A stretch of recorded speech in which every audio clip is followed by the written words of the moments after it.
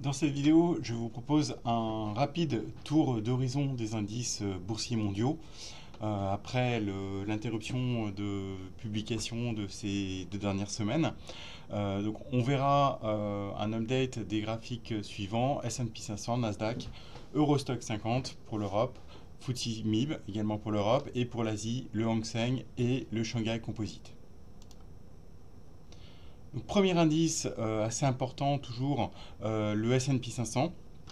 Donc, ce qu'on peut voir, c'est qu'au cours, enfin fin juillet, l'indice est parvenu à dépasser une résistance assez importante qui se trouvait dans la zone des 2800 points. Donc une poursuite du rallye initié de ces derniers mois.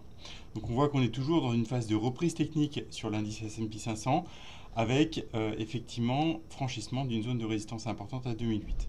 Ce qu'on peut voir cette semaine, c'est qu'en dépit d'une petite nervosité sur les indices américains suite à ce qui s'est passé sur Facebook ainsi que d'autres valeurs, Twitter, etc., on a vu que le S&P a réussi à se maintenir au-dessus de cette zone des 2008 qui devient maintenant support.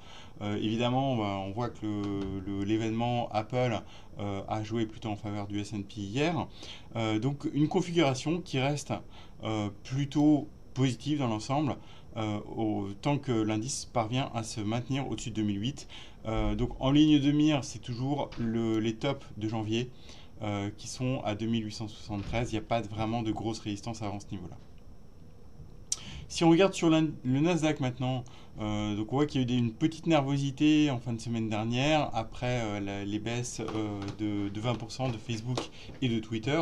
Néanmoins, ce qu'on peut voir, c'est que d'un point de vue graphique, il n'y a pas de gros dégâts pour l'instant. On a même observé cette semaine un rebond sur la moyenne mobile 50 jours, ce qui est assez similaire à ce qu'on avait vu fin juin.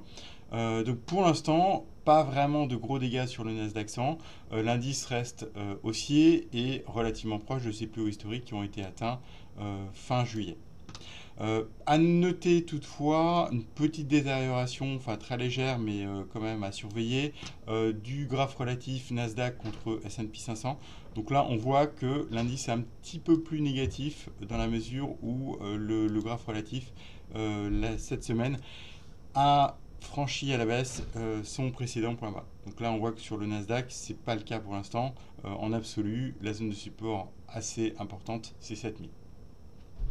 Maintenant, si on passe à l'Europe, on voit toujours une persistance de configuration technique moins favorable. Donc une configuration technique toujours très complexe sur l'Eurostoxx depuis l'année dernière, avec un Eurostoxx qui est venu chercher cette semaine, en début de semaine, sa moyenne mobile des 100 jours, une droite de résistance importante, donc une zone de résistance importante qui était un peu au-dessus de 3500. Et hier, une reprise de la tendance baissière court terme. Donc on voit qu'on est toujours dans une configuration technique très complexe, avec risque d'avoir un nouveau pullback qui s'amorce. Donc on voit que la zone de support maintenant c'est 3400. Et à l'inverse, surveiller la semaine prochaine 3540 et en cas de rupture, une zone de résistance assez importante, enfin encore plus importante, à 3600. Donc moi je privilégierais plutôt toujours une configuration technique complexe poursuite du trading range sur l'Europe. À surveiller en parallèle de l'Eurostoxx, l'indice FTSE MIB qui est toujours un des plus sous pression en Europe. Donc on voit que le rebond récent du FTSE MIB a été relativement décevant. L'indice n'est pas parvenu à atteindre sa moyenne mobile des 100 jours baissière, n'est pas parvenu à vraiment se stabiliser au-dessus de 20 000. Au-dessus de 22 000, excusez-moi. Et du coup, on pourrait aller retester la zone de support assez importante qui se trouve vers autour de 21 000. En cas de rupture à la baisse de cette zone de support, ça serait plutôt mauvais signe pour les indices européens, avec un risque d'accélération baissière de l'Italie. Donc pour l'instant, on voit que l'Italie reste un des pays le plus en stress dans l'eurozone. Maintenant, si on passe aux indices asiatiques, donc à nouveau des configurations techniques pas terribles. Donc le Hang Seng Index, donc j'en ai parlé ce matin dans mon morning, on voit que c'est un indice qui s'est nettement détérioré d'un point de vue technique fin juin, avec rupture de nombreux supports, on voit très bien dans cette zone-là.